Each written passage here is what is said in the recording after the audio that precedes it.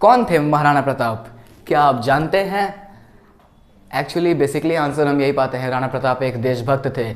लेकिन राणा प्रताप असल में कौन थे, आइए जानते हैं। वो राणा प्रताप जिनका घोड़ा भी जिनसे गद्दारी नहीं कर सकता, वो है राणा प्रताप। जिनका घोड़ा सभी जानते हैं, राणा प्रताप का घोड़ा चेतक अपने मालिक के लिए रण में मर गया, वो थे राणा प्रताप। जिन्होंने वन वन भटकना पसंद किया लेकिन अकबर के सामने कभी झुके नहीं, वो थे राणा प्रताप। अपने स्वाभिमान की रक्षा के लिए घास की बनी रोटी खाए, वो थे राणा प्रताप। ले अपने देश का सिर, मराठा का सिर, मेवाड़ का सिर गर्व से ऊंचा किया, वो थे राणा प्रताप। धरती के गौरव थे राणा प्रताप, असल में कहें तो धरती के अलंकार थे राणा प्रताप। राणा प्रताप का गौरव कैसा था उस वक्त, आइए एक कहानी के माध्यम से जानते हैं। ये कहानी नहीं, ये इतिहास है उस समय की जब ये धरती राणा प्रताप जैसे वीरों से सुशोभित थी। एक समय की बात है, राणा प्रताप के दरबार में एक भाट आया। भाट कौन? जो कविता लिख के सुनाते हैं। उसने राणा प्रताप से अपनी स्वरचित कविता सुनाने की आज्ञा मांगी। राणा ने आज्ञा दे दी। भाट कविता गाना प्रारंभ किया। भाट की कविता सुन के राज्यसभा वाले बड़े खुश हुए। क्यों? क्योंकि राणा प्रताप के यशों का गान हो रहा था, राणा प्रताप की वीरता का बखान हो रहा था। जय हो प्रताप की। राणा प्रताप बड़े प्रसन्न हुए। वो इतने प्रसन्न हुए, उन्होंने अपने गले का हार निकाल के भाट के गले में डाल दिया, अपने सर की पगड़ी उतारी और भाट के सिर पर रख दी।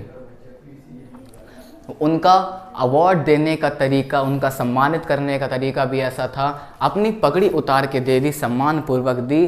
भाट बहुत खुश हुआ। भाट अलग अलग गांव गया, उसने राणा प्रताप के यशों का गान किया, बताया कि राणा प्रताप स्वभाव से कितने सरल हैं, वो कठोर नहीं हैं किंतु वो स्वाभिमानी हैं, वो किसी के आगे झुकना पसंद नहीं करते। एक बार भाट टहलते टहलते रथ पे बैठ के अकबर के दरबार में गया। उसने अकबर से मिलने की आज्ञा मांगी, उसे आज्ञा मिल गई। भाट जब अकबर के दरबार में आया, उसने कहा बादशाह सलामत रहें। फिर उसने अपनी सिर की पगड़ी उतारी, साइड में रख दी, फिर अकबर को उसने झुक के प्रणाम किया। ये चीज़ देख के सभा वाले दंग रह गए, अकबर भी दंग रह गया। उसने भाट को बुलाया और पूछा तुमने अपनी पगड़ी क्यों उतारी? भाट ने क्या कहा सुनेंगे?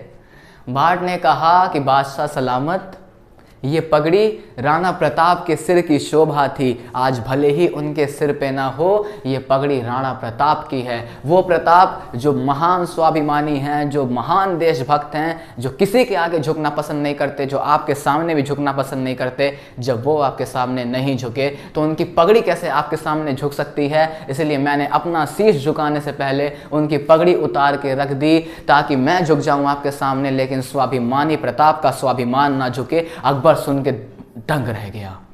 उसे गुस्सा भी आया, लेकिन हकीकत को कौन झुटला सकता है। अकबर ने उससे कहा तुम सही कह रहे हो, राणा प्रताप जैसे वीर इस धरती पे कभी कभी ही जन्म लेते हैं, वरना ये धरती तो कायरों से भरी हुई है जो अपने गौरव, अपने स्वाभिमान को मेरे आगे नतमस्तक कर चुके हैं, लेकिन राणा जैसा वीर मैंने आज तक नहीं देखा। अकबर ने खूब तारीफ की राणा प्रताप की, क्योंकि राणा प्रताप थे ही ऐसे। हमारा भारतवर्ष ऐसे महान सपूतों से सुशोभित था, लेकिन आज उसे क्या हो गया है? वो सिर्फ जाति पाति भेदभाव में बंटना शुरू कर दिया है।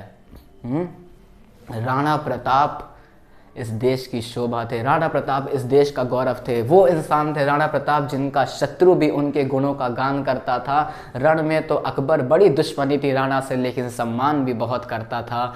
ये कहानी नहीं, ये इतिहास है। हमें भी इससे सीख लेनी चाहिए कि यदि हम सच्चे हैं तो हमें किसी के आगे झुकना नहीं चाहिए, अपने देश को हमेशा गौरवान करना चाहिए। Thank you for watching our video. अगर आपको ये वीडियो पसंद आए तो इसे लाइक करिए, शेयर कीजिए, चैनल को सब्सक्राइब कीजिए, नोटिफिकेशन बेल प्रेस करना मत भूलिए और अपने इतिहास को जानिए, अपने भारत के गौरववान इतिहास को जानिए। Thank you for watching our video. See you next time.